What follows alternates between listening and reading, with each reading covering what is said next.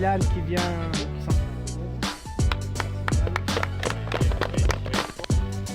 J'espère que les pépins, les bobos, tout ça. Là c'est le leader d'entrée, donc j'espère qu'il y a la motivation. Nous, l'objectif bien sûr ce sera de recommencer aussi bien qu'on a fini, d'accord? Donc ça sera important. Allez, tu m'étonnes.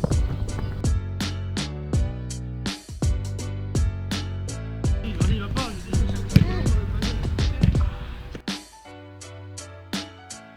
Oui, il en manque un. Il en manque un.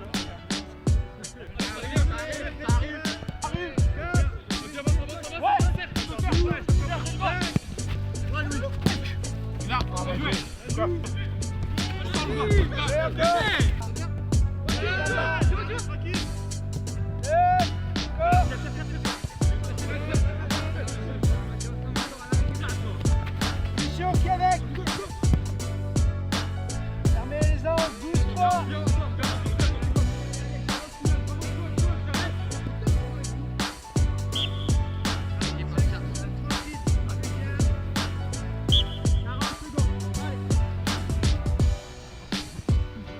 Je suis arrivé la saison dernière au club de l'Esch-Cap-Ferret.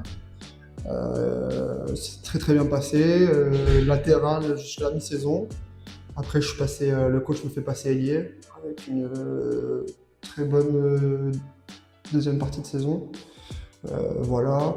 Ensuite, je suis parti ensuite à Virton en Belgique, voilà, pour une petite aventure à l'étranger. Donc voilà, et après, voilà, j'ai essayé de revenir à la trêve au club de l'Esch-Cap-Ferret. Oui, bien sûr, c'est d'apporter un peu cette folie que j'ai, en fait, de défendre aussi, d'attaquer, de pouvoir faire les efforts, les contre-efforts, du coup. Donc voilà, ouais, essayer de faire comme la saison passée, voilà, tout donner, puis mouiller le maillot pour les couleurs, le club et le logo. Ouais, c'est ça, comme tu dis, la prépa physique. Là, surtout après une année très compliquée avec 4-5 grosses blessures, c'est fatigant. Et c'est vrai que depuis octobre, ça fait 3 mois que je me prépare. Donc j'espère avoir fait les choses bien. On n'est jamais sûr de rien, il n'y a pas vraiment de vérité. Donc en tout cas, j'ai tout mis de mon côté dans un premier temps pour moi.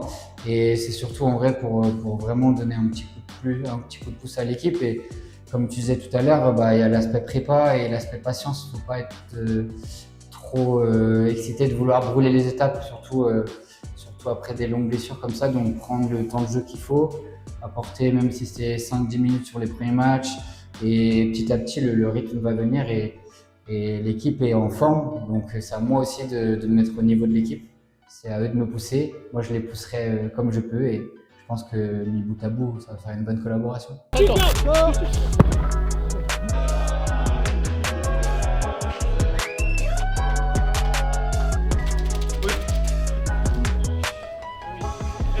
On va faire plusieurs exos, donc vous êtes tous par 4. Rapprochez-vous, les autres là-bas, vous écoutez pas. C'est bon.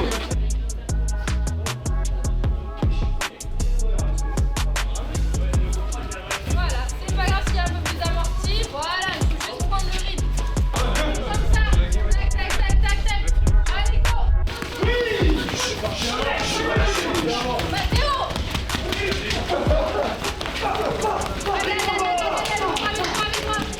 Je suis arrivée en 2020, donc à la base en stage, sans connaître du tout le milieu du foot. Donc c'est vraiment un parcours un peu atypique. Je suis venue à la base pour apprendre aux joueurs à courir, on va dire. C'était ça vraiment le thème classique de mon stage.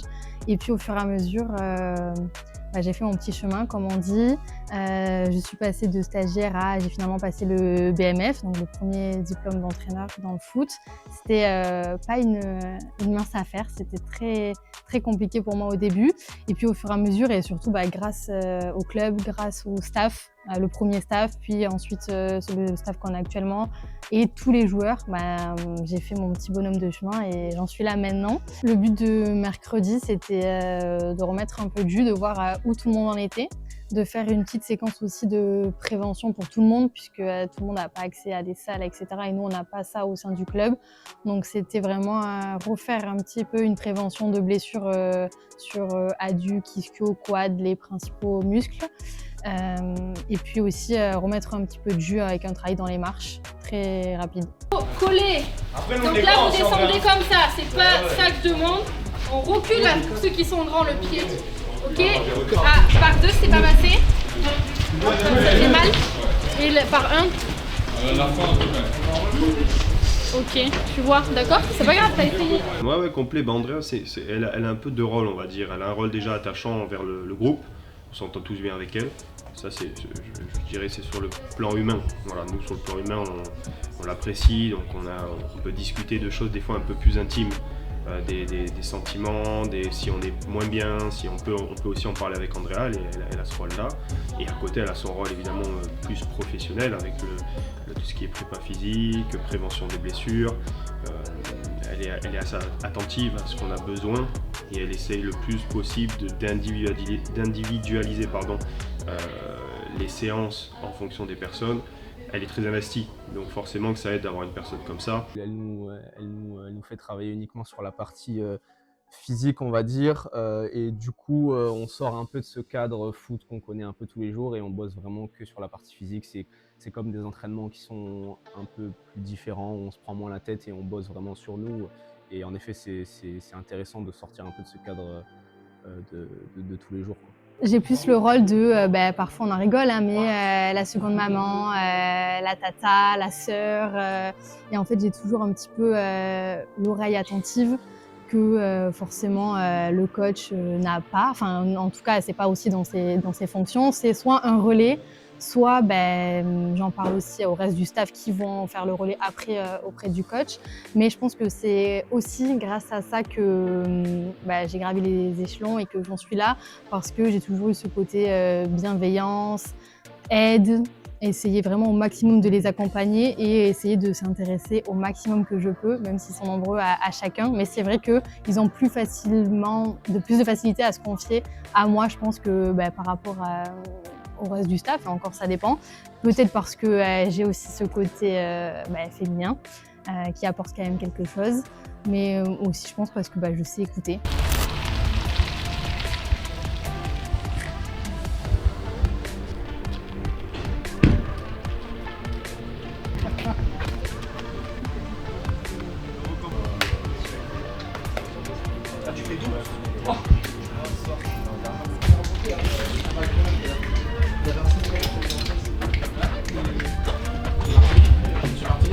Il n'y a que 9 points. Aujourd'hui, autant eux ils peuvent descendre qu'autant nous on peut monter. Il n'y a que 9 points. C'est un championnat de dingue, on peut s'éclater. Par contre, il y a 3 matchs et un week-end sans match.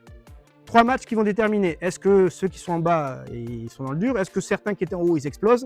Souvenez-vous, Mathéo l'a bien mis, mais souvent à Lège, les reprises contre les premiers, souvent, ça a bien marché. Donc peut-être que c'est un signe. Deuxième chose, souvent, quand on a battu des équipes, prenez l'exemple de Canet, je crois, il y a 2 ans ou l'année dernière, toute l'équipe qu'on gagne, souvent derrière, ils ont un passage très très dur. Donc on peut démarrer une belle histoire. Moi j'aime bien ça, que ce soit avec Villeneuve, avec Arcachon ou ici. Chaque fois, et ici c'est encore différent, parce que chaque année il faut faire une belle histoire. Mais je trouve qu'il y a tous les ingrédients pour le faire. Alors c'est bien, on est filmé, tout, c'est super, mais c'est une belle histoire.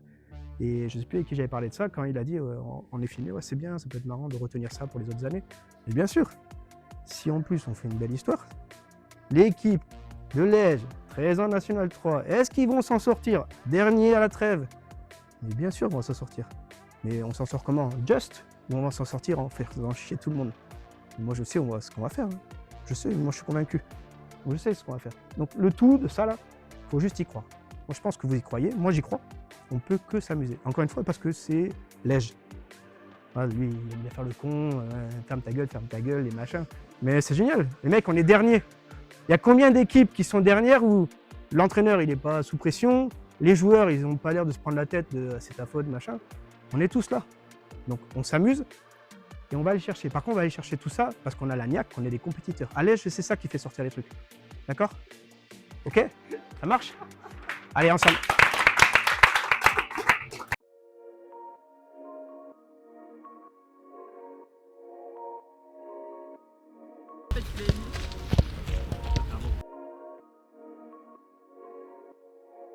Si on met pas les ingrédients, le mec ça va pas le faire. Hein. Faut qu'on mette les mêmes ingrédients qu'on a mis à la fin de l'année dernière. Du plaisir, jouer ensemble, combatif. On arrive à faire qu'on bascule d'un côté à l'autre rapidement par des jeux de passe à terre ou même aériens. Ça va être vraiment la problématique pour eux. D'accord ? Le terrain est très gras. Donc on sait qu'on peut aller vite dans les passes, on peut aller vite dans la profondeur, on est capable de le faire.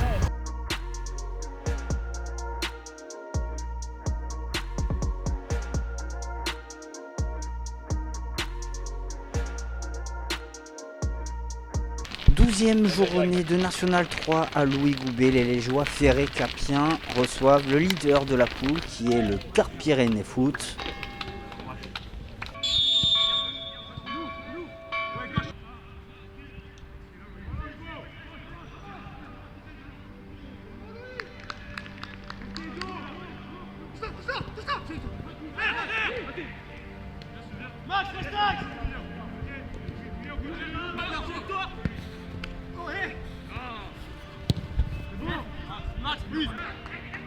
Allez, Van Fournier parvient à lancer dans la profondeur Thomas Louga.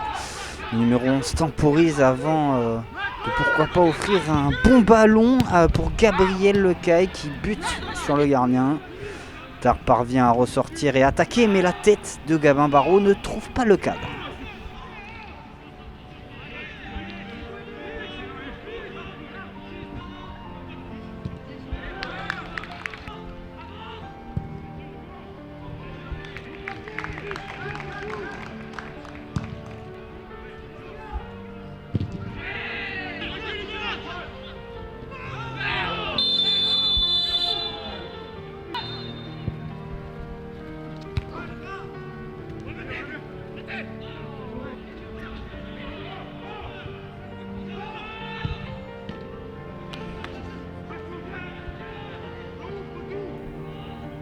Les visiteurs intensifient leurs efforts et sur un peu de tergiversation générale, Tarbes ouvre la marque à la demi-heure de jeu.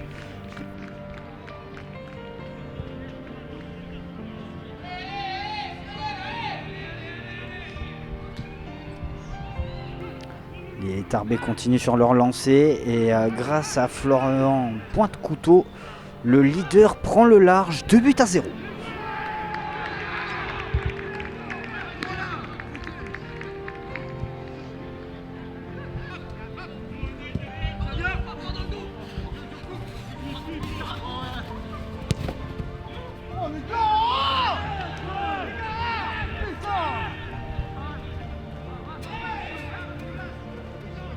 Fin du premier acte et 2-0 pour le Tarbes Pyrénées Foot.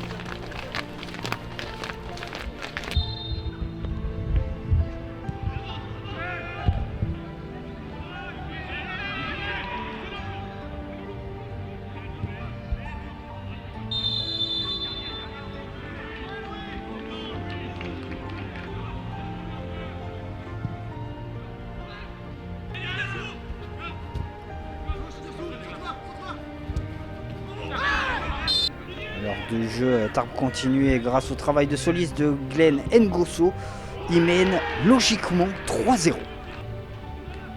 Lège Cap Ferré semble totalement dépassé par les événements et le même Ngosso côté droit centre pour la reprise de Florent Pointe-Couteau pour le doublé synonyme de 4-0.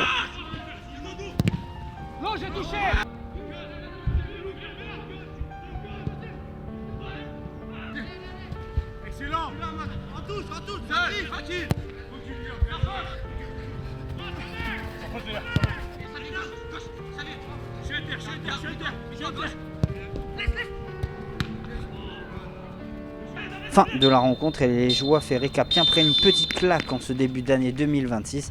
Il faudra se remobiliser et aller chercher des points du côté de Blagnac. J'espère qu'ils sont déçus, nous aussi. Voilà, donc après, encore une fois, le staff et les joueurs, on va se remettre en phase et puis encore une fois aller chercher ce qu'on sait faire. Donc encore une fois, moi je suis pas du genre à me poser 50 questions. Là ça y est, je bascule sur Tarbes et on a 3 entraînements avant Tarbes, il faut remobiliser les têtes et puis y aller pour montrer qu'on est capable et qu'on n'a pas oublié ce qu'on sait faire et l'ADN de l'Ège.